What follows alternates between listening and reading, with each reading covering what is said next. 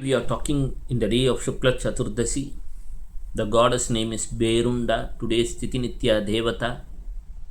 And today's Ganapati is Veera Ganapati. When Chaturthi comes, two Rashis are known to be ineffective in the chart. What are they? They are Taurus and Leo. Leo denotes the stomach in a human physical body, and we know that Ganesha has a big belly. And second house is the face, it denotes the face. Ganesha had his head replaced and he has an elephant head, so second house signification. Second house also denotes to Dhanasthana. Ganesha doesn't keep anything for himself. And the fifth house deals with progeny. Whenever Tithi comes, we should know what is going to be the impact. And Chaturthi, the Tithi is called as a Rikta Tithi. The element is that of water, and when it is a Rikta Tithi, we say the day is ruled by Mercury. The energy is of Mercury. And today, now when we are talking, the Karana is Vishti Karana, which is called as a Vishak Karana.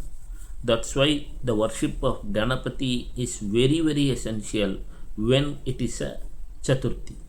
Because as per Varahamira, the doshas of Yama is highly felt on Chaturthi. And the deity as per Varahamira in astrology for Chaturthi is Yama. And the word Yama, if it is written backwards, it comes as Maya. And to overcome the Maya, we need the grace of Ganapati, especially Veera Ganapati. And Veera Ganapati is one of the two forms where you can find Ganesha in a standing posture. And another form is Nritya Ganapati, where he is dancing in joy. Whereas in the Veera Ganapati, he is with weapons to protect us from all that is ill that is going to come in our life. It is more of a protective stance, and he is the Ganapati with the highest number of hands, and all those hands will be all having weapons. In other forms, you will find some hand having a fruit, something will be there. So the worship of Veera Ganapati these days is very important because we have internal and external enemies. There are two types of enemies: internal enemies and external enemies. When we say of internal enemies, we say as anger, greed, lust, laziness, and all those things. You add it. So, what is the need now? Understand that a great planetary transit is going to happen. This year, Jupiter is going to enter into Gemini, and 6 planets are going to get into conjunction in the Rashi of Pisces. And when something happens in Pisces, it has an impact in the whole zodiac scheme. Because in the natural scheme of things, Aries is considered to be the first house and 12th house is considered to be Pisces. Pisces is also considered as the house ruled by Jupiter plus Ketu. Pisces denotes leg in our physical body. Pisces denotes sea. Pisces is ruled by Jupiter and Ketu. It has 3 nakshatra kamandalas. One is that of Purva Bhadrapada, which is ruled by Jupiter. 3 padas, and when is considered to be 3 padas in you will have 3 padas of Purva Bhadrapada in Kumbha Rashi and 1 pada here at Pisces, and then you will have Saturn's Uttara Bhadrapada, and then you will have Revati. Purva Bhadrapada and Uttara Bhadrapada nakshatra denote the front leg and back leg of a funeral cot. So they form the Jupiter and Saturn, and the ending part is Mercury, Revati nakshatra, which is Lord Pasupatinath. And in Revati nakshatra, it denotes a hammock where we sleep, and Revati nakshatra also refers to sometimes to a boat and a fish. And Revati nakshatra is the only nakshatra where the nakshatra lord himself debilitates. Mercury debilitates in Revati nakshatra. Mercury denotes banking, finance, cryptocurrencies, and all communication and all such things.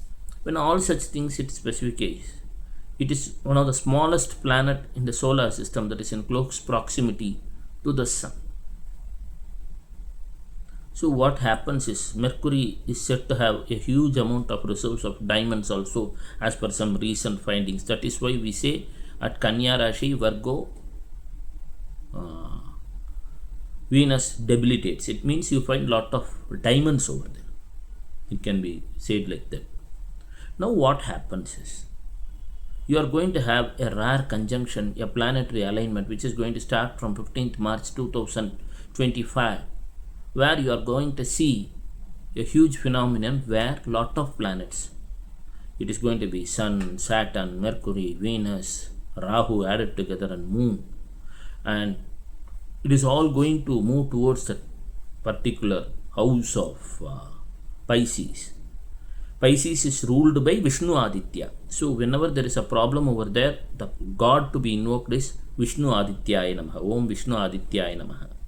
Whenever there is a problem, you have to remember Vishnu Aditya. You have to remember the lotus feet of your Guru, whomso you are worshipping, the feet of your parents. You have to take care of your feet, because your feet carries your whole body, and it's a part of Saturn. So now Saturn is going to move over there. 29/3/2025, you are going to have a eclipse, and that eclipse is going to have a profound impact in life of many. For the next 3 months from that, we are going to see many changes across the globe. Leaders have to be careful, and people have to be worried about the jobs. They have to keep a control over what they speak, what they utter, because whenever Jupiter is going to the nakshatra of Ardra, which is Jupiter plus Rahu combination, it is going to deal some way about jobs, because 10th and 11th house, 10th house is the house of karma, 11th house is where you get profit, and both these houses are ruled by Saturn, and Saturn is going to get into Pisces. And another phenomenon is going to happen. Saturn is going to be crossed by Rahu. Saturn is Vayu Tattva, and Rahu is also Vayu Tattva. Saturn is fear, Rahu is greed, and when these two energies are going to mix, you are going to see something that is called as a vibration or friction or whatsoever. And how to deal in this situation when Saturn and Rahu is going to cross over? We are going through a tough phase, and we need some divine energy, divine intervention at this point of time. Many are already exhausted with things that happened over 2020 to 22. Financially, physically, mentally, many people had a rough patch of time over the past few years when the whole world was shut down. Now the scenario might be different. It might have an impact in currency, stock exchanges, etc. Because whenever Jupiter enters the house of Mercury, that is the third place of communication of Gemini.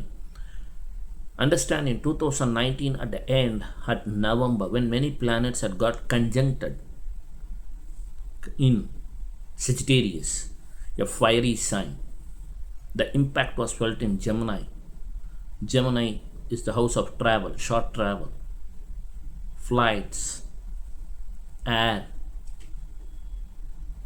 and networking got famous. Now what is happening? Things now are getting attention or seek attention in Virgo. Why? Because it is the 7th house or 180 degrees away from Pisces, and Virgo deals with banking system,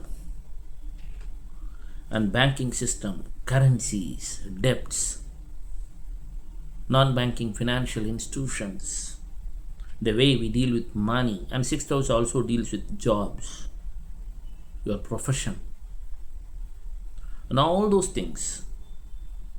There might be an impact after the month of March, and if such a trigger happens, it might change the whole way we are looking at the world around us. So what is the remedy? Whenever there is a problem, there should be a remedy.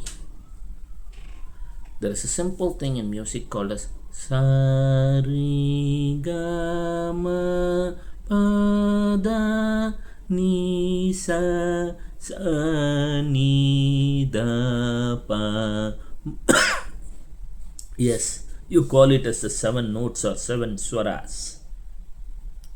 Understand that the 7 notes are associated with 7 gods, divine forms, and also 7 planets, the Arohana, the and Avarohana, that is to say, the ascendant and descending order. The ascending and descending order denotes to Rahu and Ketu. We have, they say, we have Navadvaras, 2 eyes, 2 nose, and all these things will add up to 9 ways, 9 physical things in our body. Music is also the notes, 7 notes. It can be played in ascending and descending order, so adds up to 9. And the 9 is the highest natural number, we all know. Sa, sa, it is Agni Tattva. Sa, it is denotes Surya. Re, this one is Brahma, it's Mercury. Ga, Venus. And Ga also denotes here as Saraswati. Ma, Namah Shivaya, Parameshwara. And here, after Venus, you are going to see the energy of Mars, because Parameshwara had given the energy of Mars to this human mankind. Pa, moon energy. And when this comes, we can say it as the nourishing energy of Mahavishnu also. Pa, da, dha, it denotes the energy of Mahaganapatim. And dha also denotes to Jupiter. Ganesha is big in size and all those things. Ni, it again denotes Surya Narayana in Devata and Shaniswara in planet. Why? Why this paradox? Because when there is sun, there is also the energy of Saturn in that. Saturn is the son of Surya Narayana. So when it is considered as Devata, the Pada Ni is considered as Shaniswara. But when we deal it in this thing, the god is Surya Narayana. In Shaniswara in astrological scheme of things, but Surya Narayana in Upasana. When you say Ni, it solves the problem relating to that. Whenever you have time, start listening music. Music is in itself is meditation. Start listening to that, if at all possible. These basic notes, anybody can listen. Sa re ga ma pa da ni sa sa ni da pa ma ga re sa. Don't bother whether you can sing properly or not. The intent is important more than the content. Start from today. Let miracles happen in your life with the grace of Lord Ganapati. Shiva Shiva.